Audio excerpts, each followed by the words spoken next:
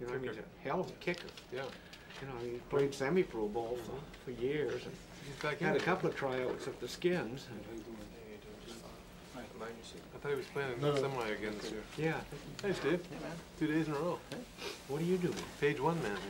Oh, yeah. What are you doing? Huh? Huh? You gotta talk to this guy about it. Well, As if what's happening in this territory means shit right now. I mean, the big thing in Iraq. He might be able to hear us. I don't think so. You think so? I tried to keep it. He's listening to something. The point is that the big thing in Iraq now is the Constitution. I mean, Steve, the Constitution is still. Yeah, I met him when I was over there last time. He's actually a lot of fun to talk to. He was? A lot of fun to talk to. Yeah. Well, he was good when we had him here. Really? Yeah. We had him, about a month ago he did this. Oh, did July 15th. I looked it up. Where's Brian?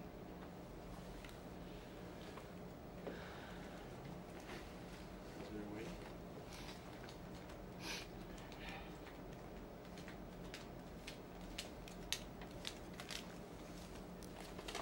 Not a big crowd, is it?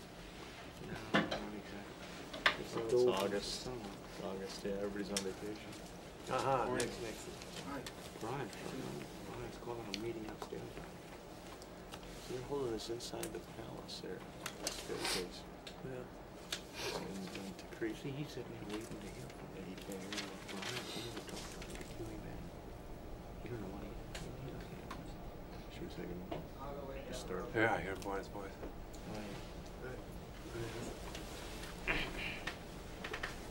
Hey there. What? He's waiting. Yeah, it's like he's just about ready. He's waiting. Let me make sure he's ready for it. You gotta go and get him to the project. Yeah. Don't say it. Don't. You know what? You think it would be too much of an ingrate to say, we had a breakfast yesterday with Joe Schoonmaker, and he says that he defeated an entire insurgency of 51 guys. I mean, do you have too many people there? Is that the problem? Yeah, they're getting each other blue. Yeah. Well, I mean, he said, you know, when you have more guys, you got more flanks to protect. Right. Okay. This kind of stuff. Well, we got 9 o'clock, so we'll start.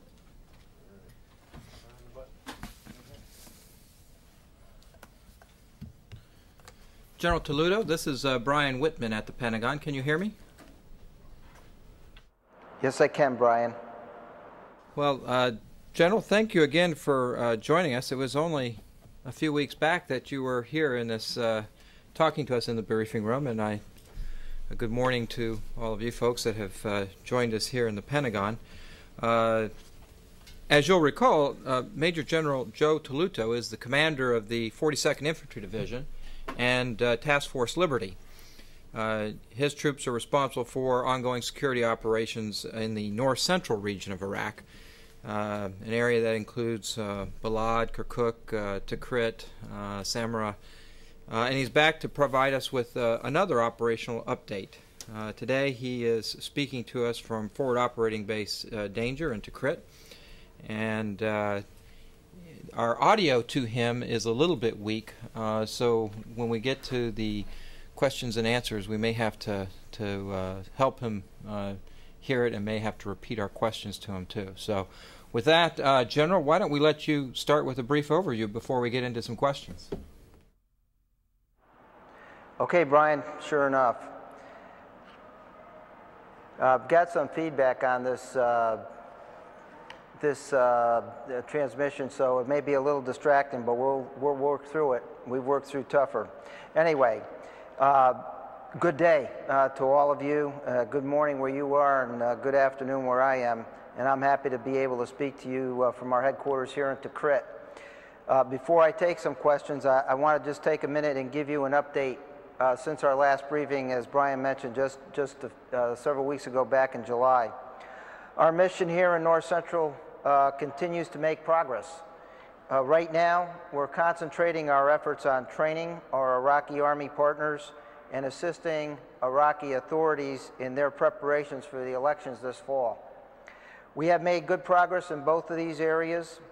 A couple of examples. In the last 45 days, we have 5 Iraqi Army brigades, and we have completed training exercises on 4 of those 5 brigades, focusing on counterinsurgency fights and securing the Iraqi elections. That is all at the brigade level.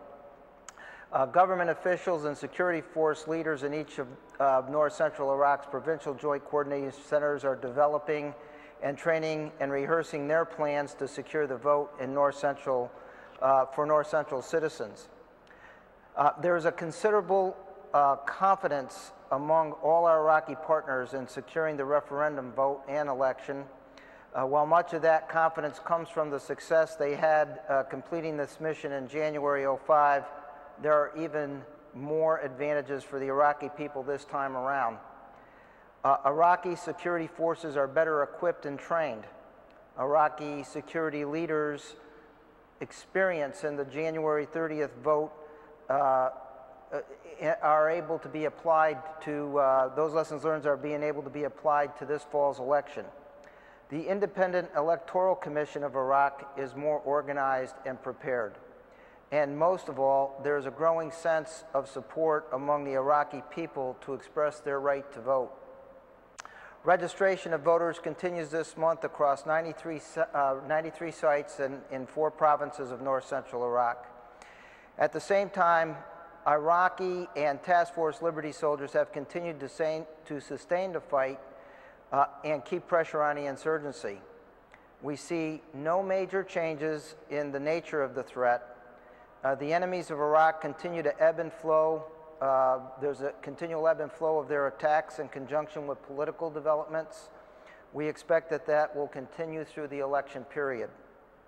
What is important is that none of the insurgent efforts have had significant impact on the preparations for the elections in North-Central Iraq and the democratic process. In the shadow of election preparations, progress continues in North-Central Iraq at the local and provincial government level. Provincial councils today now select and manage their own reconstruction projects, even as we continue to complete water supply and treatment, power and utility projects, and school and the health clinic renovations across the entire area of operations. As the political dialogue continues, our work intensifies. Our partnerships are strong and our resolve even stronger. One of the things that make our soldiers so determined is the considerable effort they see every day by the Iraqi people, their leaders, and their security forces. And that's just a little opening comments, and I'll be happy to take some questions now. Thank you, General. We'll get right into it. Charlie, would you like to start? General Charlie Ollinger with Reuters. While there seems to be a sense that the elections will go fairly well and a lot of people will vote, are you concerned? Can you hear me? Can you hear? Can you hear me? Hear you again. I can hear you now. Okay. While there seems to be a sense among the military and perhaps Iraqi leaders that the election will go fairly well, a lot of people will vote safely, is there a worry in U.S. military leaders that the Sunnis will be virtually shut out of government as a result of the new constitution and election, and that might lead to civil war?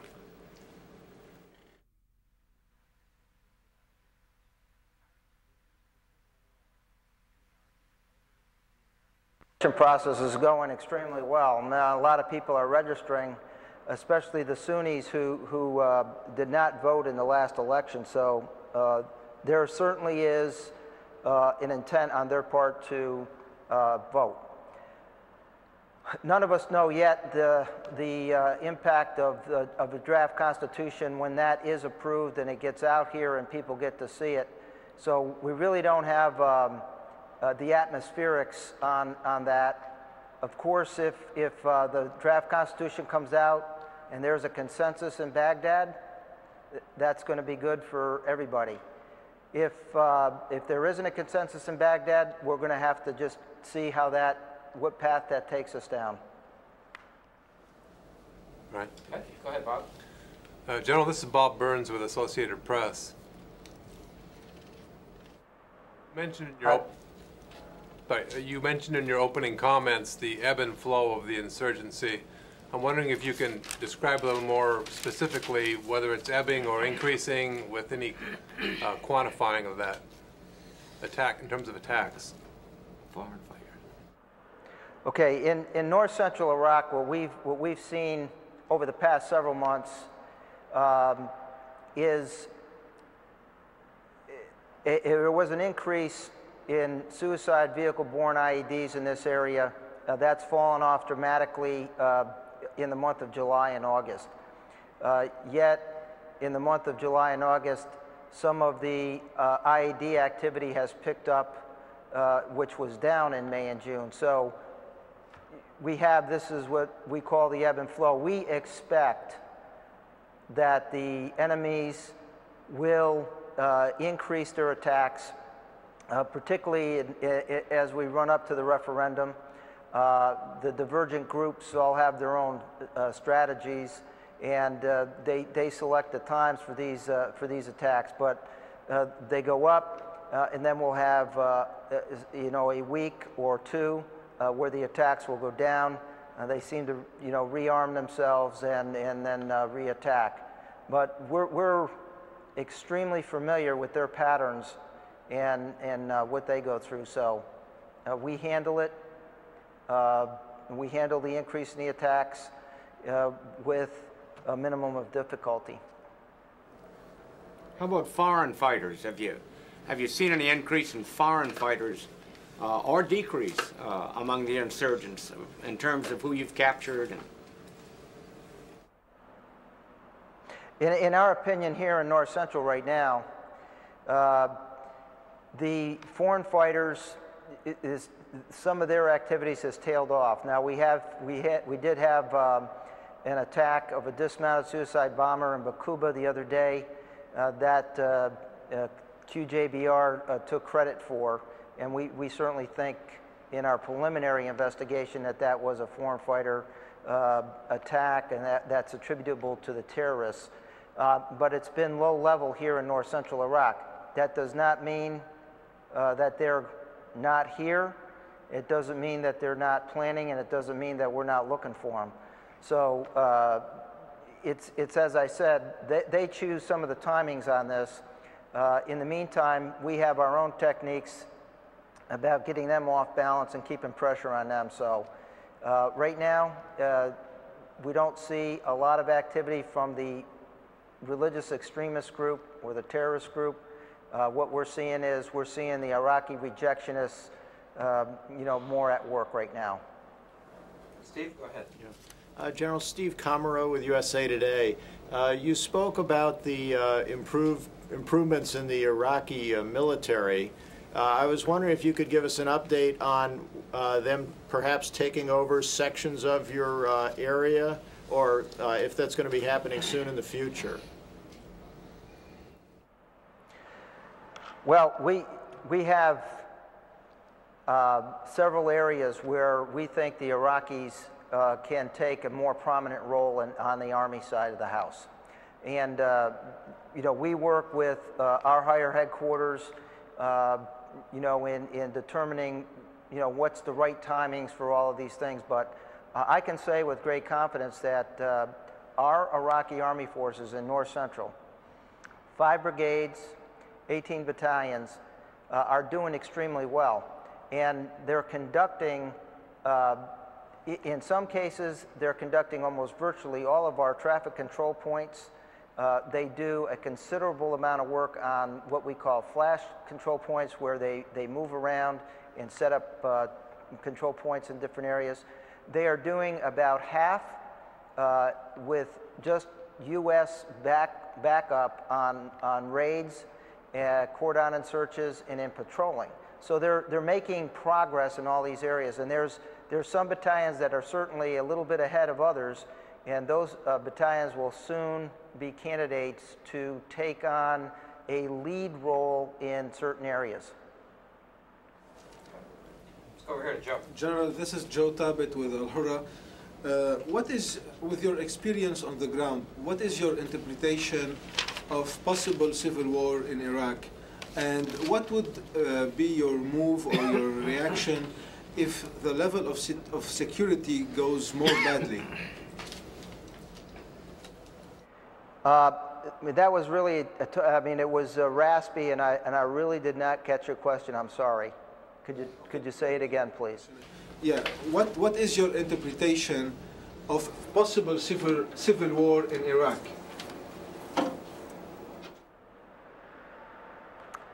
One more time, please. Let me see if I can do it from the podium. I think what Joe is trying to ask you is what do you see in terms of the possibilities of civil war, civil conflict in Iraq? Okay, I got that loud and clear, Brian. Well, we're not seeing any indicators of that would lead us to think that sectarian violence is about to break out on any large scale. Of course, we own Kirkuk province, and everybody's always concerned about the tensions there, but I can tell you that the tensions are about normal. They haven't really increased. There's always a lot of debate in Kirkuk, etc. But we have, in Diyala province, we have a healthy mix of Kurdish, Shia, and Sunni, and they get along very well in Diyala province. In fact, they're proud to say that they're, they are married to each other in many cases, and they get along just fine. So we're not seeing indicators of sectarian violence that would lead us to think that there's going to be any large-scale breakout. So, civil war is pretty far of a stretch on that part of it. There are tensions. There are activities. There are events that happen where there are sometimes kidnappings or assassinations or attempts to, attack a political leader or something like that. But you can't really chalk that up to a sectarian-type violence. There could be a lot of other different motives. So that's my answer on that. Jim, in the back. General Jim Miklaszewski with NBC. You said a few minutes ago that you're getting a better sense, or you have a pretty good idea of the tempo and the tactics of the insurgent operations. Yet, when we see the rise and fall of these attacks, they appear to be able to operate with some impunity. Why is it that the United States military, along with the Iraqis, have been unable to quell the violence in Iraq? Well, first of all, let me say something about that. Nobody reports any of the attacks that don't happen. We stop a lot of things that never occur. We take a lot of people out of circulation that otherwise would be working and operating. So I would not say that they're operating with impunity, because we actually stop, we actually deter many of the attacks. We take away their resources in many cases. So they don't have free reign. So that I'd like to kind of put that in that context. Now, what they are is they're intrinsic. They blend in. They're not easily identifiable. They choose the timing for attacks when they are successful, or when they are successful in bringing the resources together and the time and the place, and they, and they make an attack, they can have success. And it's very difficult because they are intrinsic, and so it seems like they can act with impunity, and then they do escalate their activities. So they surge and so on and so forth. Also, there are spectacular attacks, what we call spectacular attacks. When a car bomb goes off and a number of civilians are killed, or Iraqi police, or in fact U.S. soldiers are killed in large numbers, that gets everybody's attention. It certainly gets our attention. We take a look at why that happened, and we look at how to mitigate against that. So, yes, there's an ebb and flow. They can spike attacks. They are intrinsic. They have certain advantages because of that. But but the fact is we stop a lot. We mitigate against large-scale attacks in a great number of instances. And if I could follow up, General, the fact that they are intrinsic would indicate that they're getting some kind of help from the civilian population. And although many civilians have stepped forward, the tip lines and the like and informants have stepped forward, are you at all frustrated that a vast majority of the Iraqis haven't stepped forward to point the finger at those carrying out these attacks? Or is it the case where it is just too dangerous for the everyday unarmed civilian to step forward and give the U.S. military that information? Well, multiple questions in there. First of all, let me just say, the tip lines and the tips that we get from the Iraqi citizens have continued to go up. I just reviewed the statistics on this for the month of August, and they're up in August from July. They were up in July from June. So we continue to get phone calls.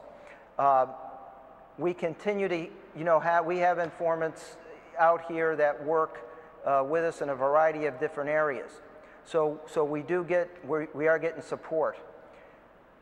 The fact is that there are Iraqi nationals, Iraqi rejectionists we call them, that want to see this process fail for whatever motives they have.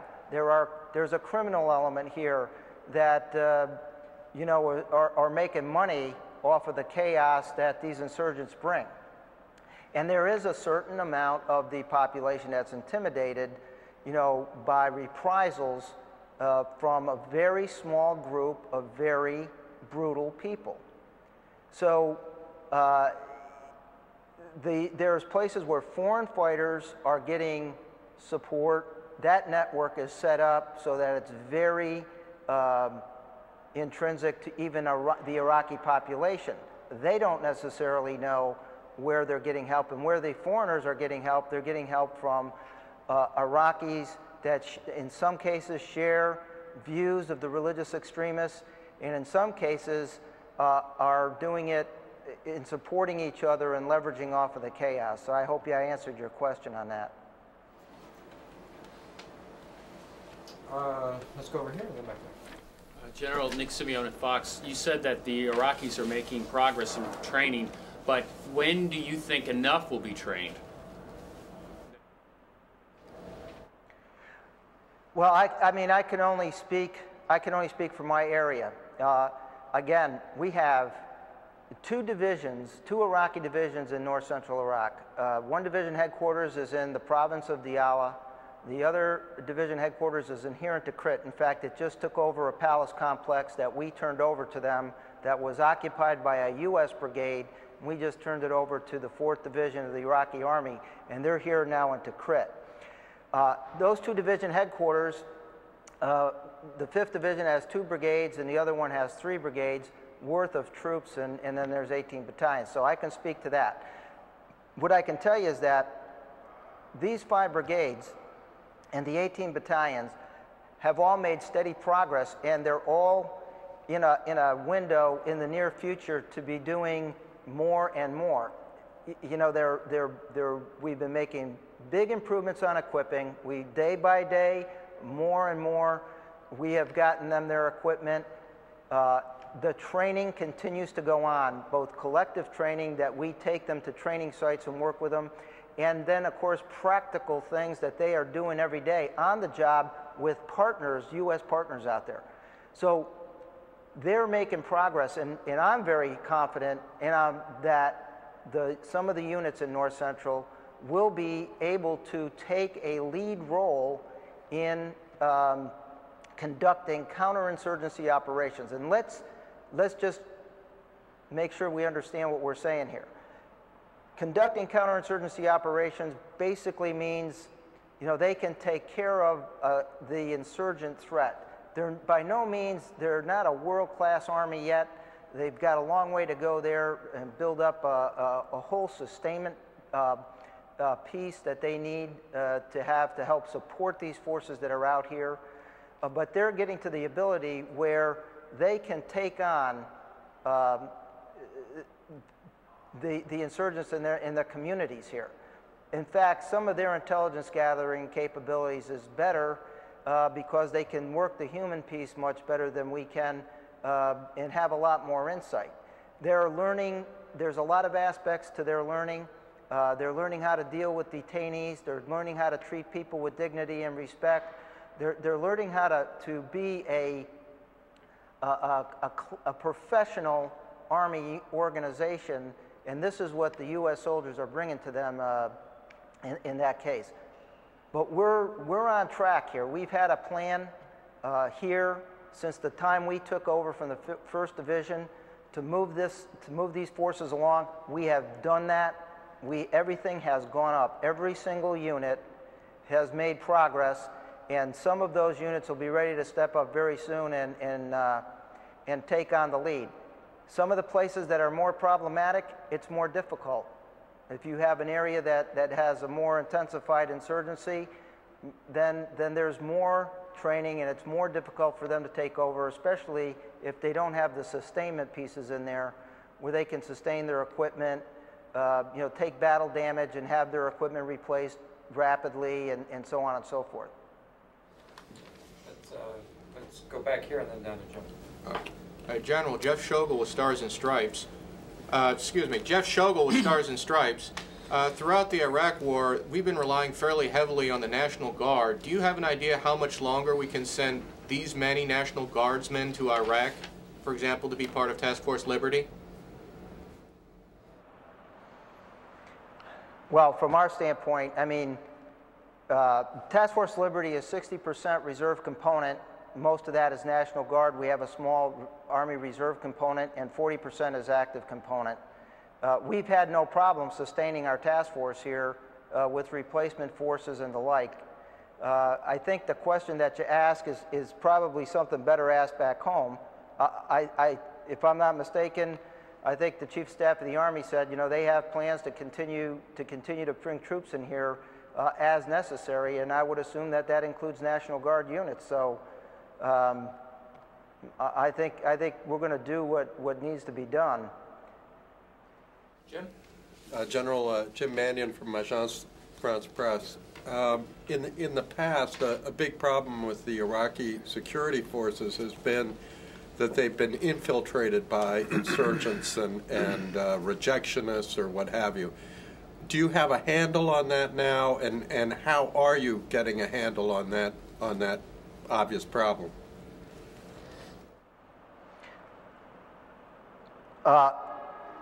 Yes. In fact, we know that there's cases where, if not infiltrated, there's certainly people in the police and in the Army that assist and aid insurgent efforts. And what is their motivation? In some cases, it may be economic. In some cases, it may be intimidation, where they've been forced into a position where they either cooperate or something bad's going to happen to them or their family. In some cases, it may be, in fact, a person who's joined the force for the purposes of cooperation. So there's several categories of this infiltration. We're very aware in several different ways about the people that have joined the forces. I would not want to go into how we know some of these things, and I would also tell you that we have developed tactics and techniques to try to mitigate against what is a very difficult problem. We have had attacks from the inside. We've had this just most recently in Bakuba. We have not completed that investigation. We had an attack here in Tikrit on a police station where a guard led a vehicle-borne suicide vehicle into a police station parking lot and detonated by the police station. So we've had some of these things happen to us. It has not happened a great deal. I believe the reason it has not happened more is because of some of the things that we do from a technique standpoint that work against their ability to really get people inside our operations where they can do damage. Let's go all the way to the back to Sally. General, it's Sally Donnelly from Time Magazine. You said you've seen an increase in the number of tips. Can you tell us, can you put some numbers on those? And is there any change in the character or who is giving you these tips? For example, are you getting any more women give you tips? Well, you know, that's a good question, so we've broken this down in many different ways. I've never asked if they're women or men that have made the tips, but I'll start asking that question. We had 4,824 calls to the JCC in 2 weeks, from August 1st to 15th. 642 of those phone calls were walk-ups, or where people actually came in and talked. And of those walk-up tips, of 642, 297 of those calls or tips were actionable. And so consequently, meaning that we went out, in fact, actioned the tip immediately, and there was some positive gain to that. So that's pretty good, and that's in 2 weeks, and that's ahead of the pace we were on in July. Looks like we have about 1 minute, so one more question, and I think we'll... follow up then? Can you follow up? Let's go. All right. Jim, why don't you go ahead and we'll catch Bob's real quick.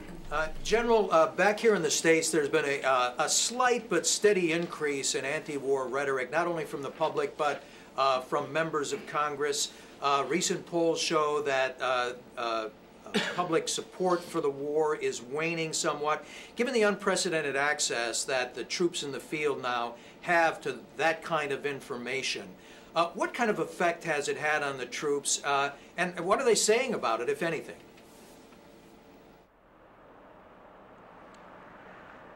Well, I mean, we got over 22,000 men and women in Task Force Liberty, but I travel around, I speak to a lot of them.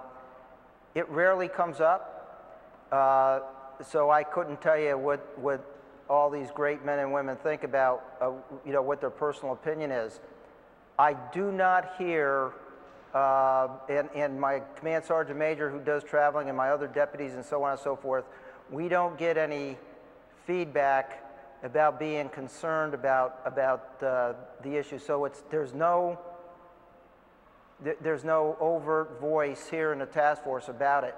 And frankly, I have to tell you something. What I see, what the people back home have to understand, and I know they understand this part, they understand that this is a very difficult environment. It is a tough mission, day in and day out. The focus for these soldiers has got to be on their job, and that's what we here in the division headquarters impress on everybody every day. We have to go about our business. We have to stay focused on what it is we're doing. The rights of people to express their opinions are what they are.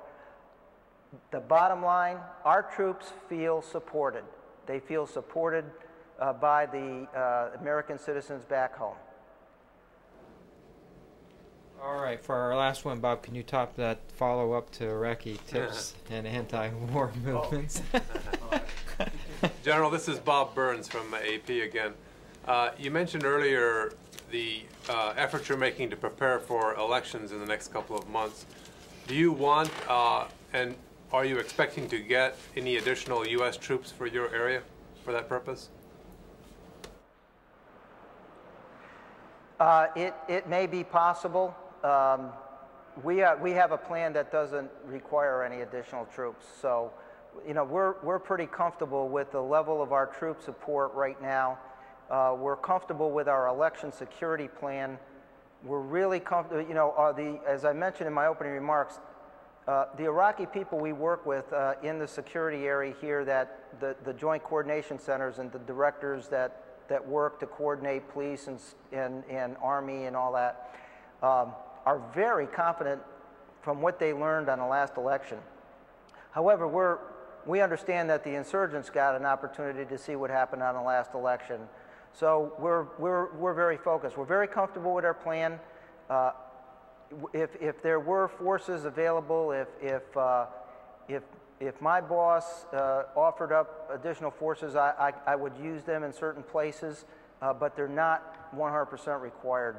We can execute right now a safe election security plan.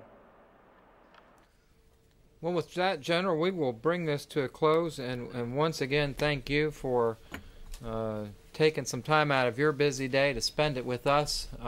It is extremely valuable for us back here to hear from commanders on the ground that are doing the hard work over there. So thank you very much for your time, and we hope to talk to you again, and our best wishes. Thank you all. God bless you all. Have a good day.